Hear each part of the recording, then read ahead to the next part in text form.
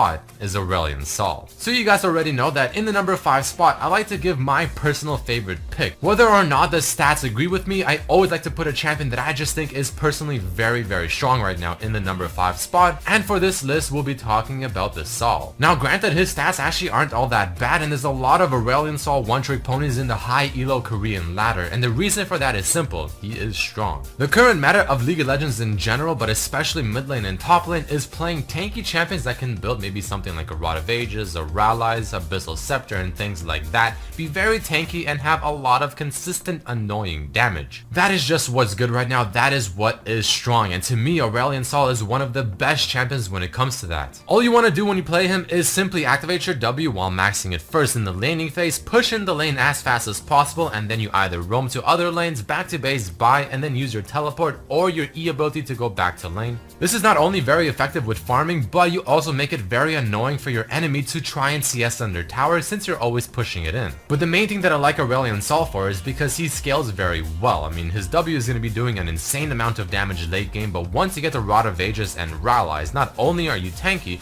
but your W always applying the slow in a team fight, especially when it's active, is going to be one of the most annoying things for the enemy to play against. You'll have so much consistent damage coming out, you have your AoE Q stun, your ultimate pushes back anyone that finally gets onto you. He's my personal go-to champion right now for a lot of mid lane matchups. I enjoy playing him, I think he's very strong, and I highly recommend at least trying him out. The only bad thing is about him is the fact that he is a little bit awkward to play at first if you're not used to him, so he will take a few games to truly understand. But if you do try him out and listen to my advice, then here are the recommended items, runes, and masteries when playing the Sol. Now you want the Storm Raider Surge because he's all about proccing it with his W, getting the move speed, and consistently staying in range properly. And Rod of Ages Rallies are without question a core. Everything else is quite standard. But let us move our way down to the number 4 spot where I'll be talking about Fizz. So now usually when you play Fizz mid lane, you are going to be playing AP Fizz, not Triforce Fizz, not Gauntlet Fizz. You want to leave that for the top lane. Mid lane AP Fizz is very strong and it works. Now the thing that's changed about this and that I personally think is just so much better is instead of running Ignite, you run Teleport. Fizz is obviously known to have not the best laning phase up until level 6, but once he hits that level 6, the damage he can do and the all-in potential he has, it's suddenly almost like you're playing another champion. So the idea is using Teleport to help you get past the first few levels where you are going to be struggling. You get to your level 6, you start all-inning people, you start building your core items, you start scaling, and all in all you just become Fizz. You one-shot people, you do an insane amount of damage, you are the definition of Tiltosaurus Rex. He's just overall a very good champion that snowballs the game tremendously. He has the percent damage from his W to kill all the tanky champions that you have to face lately. You can get Morel and Omicron on him, which will synergize with his W beautifully,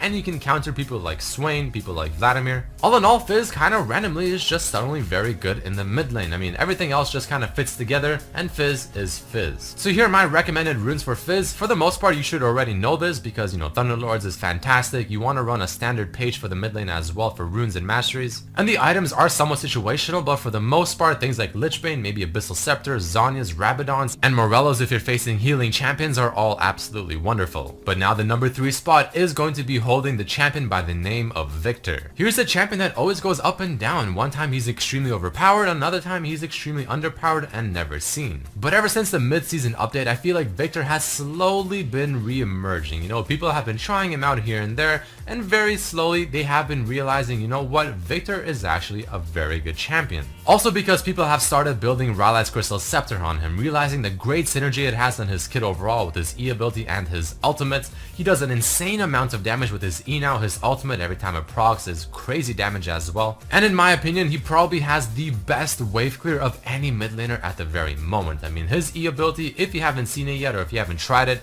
you just gotta see it to believe it. His burst potential is still 100% there. He has a lot of teamfight presence with his W, his E, and Rallies, plus his ultimate doing more damage I believe now over the course of its full duration. He's just a good champion. I mean, again, the main reason I like him so much is because his new E ability is just wonderful. If you hit both parts of it, the damage is nuts. With Rallies, it makes it so much easier. Overall, a solid champion, does a lot for his team, offers a lot as well, and you should definitely play him. And if you do decide to play him, then here are my recommended items, runes, and masteries. Thunderlords of course being just absolutely core on many mid laners at the moment, but other than that, Abyssal Scepter is great because you are somewhat of a mid-range mage.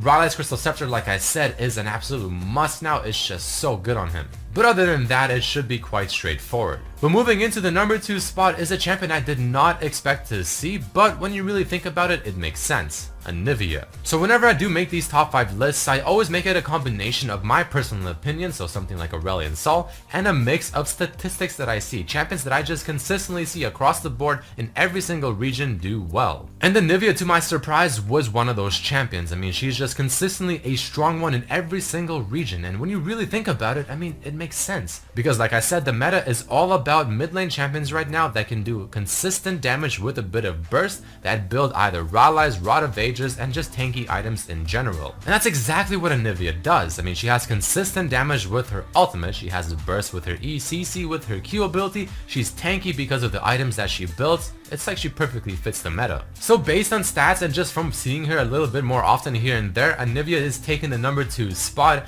and I won't be surprised if she becomes only even more popular. Definitely a very strong champion that I recommend you watch out for, or on the other hand, you should start playing. But making our way to the number 1 spot without any surprise is going to be probably one of the strongest champions in the current meta and patch, Swain. This guy has a really good win ratio, whether it's top lane, whether it's mid lane, across all 3 regions, North America, EU West, and Korea. He's absolutely demolishing FaZe, but I mean, honestly, you shouldn't even be seeing him in your games because he should be permabanned. But Swain is the definition of what the current meta is. I almost want to say that he created this meta. I mean, he builds tanky items, he has a lot of CC in his kit, whether it's roots from his W, slows from his Q ability, or if you get Rallies, just constant slows from everything he does. He has a really good and solid heal from his ultimate, he's very tanky, he has annoying consistent damage coming out, he literally is the meta. This is just not a champion you want to face, especially if he gets ahead. Believe me when I say,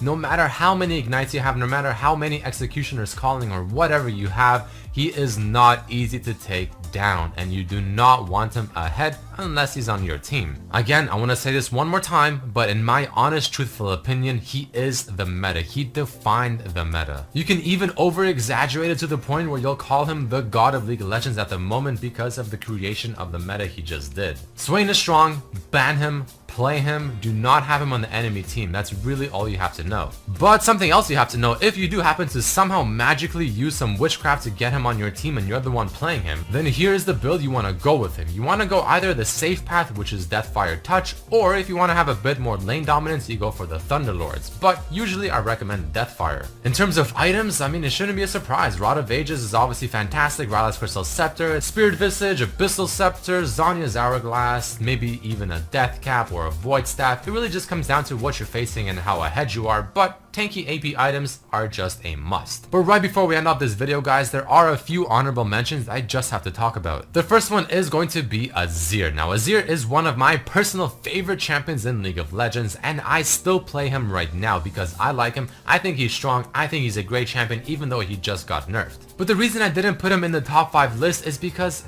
he's a hard champion to recommend. I mean, he's not easy to play. He's just a champion you only see in higher elo, and at the moment, especially since he got nerfed, and especially since the meta is all about these Swain type champions that just don't die and do consistent damage, he's not very easy to make him work. But if you have invested enough time into Azir, he's still a fantastic champion, and I personally still play him. The next honorable champion I want to mention is Vel'Koz, another champion I really wanted to put in the top 5 list, but I just couldn't find a place for him. I just felt like there were other 5 champions I thought were better and just had to take the spot. But when you really think about the meta and how everyone is a tanky champion building MR or armor or whatever, his passive sounds just absolutely amazing, and he just sounds like a pretty good champion in the current meta as well. But for the sake of just having better champions to choose from, I decided to put him in the honorable mentions instead. And the final one I want to talk about in the honorable mentions section is Malzahar, also a strong champion, perfect for the meta. He builds tanky AP, he builds Rallies, Rod of Ages, he has a % damage ultimate. I mean, he just kind of works, but again, I haven't seen him enough to the point where I can say he's flat out just really strong, and I wanted to put some light on some other champions as well. But Malzahar, of the 3 honorable mentions, has to be the closest one that I wanted to put in the top 5 list, so you can almost consider him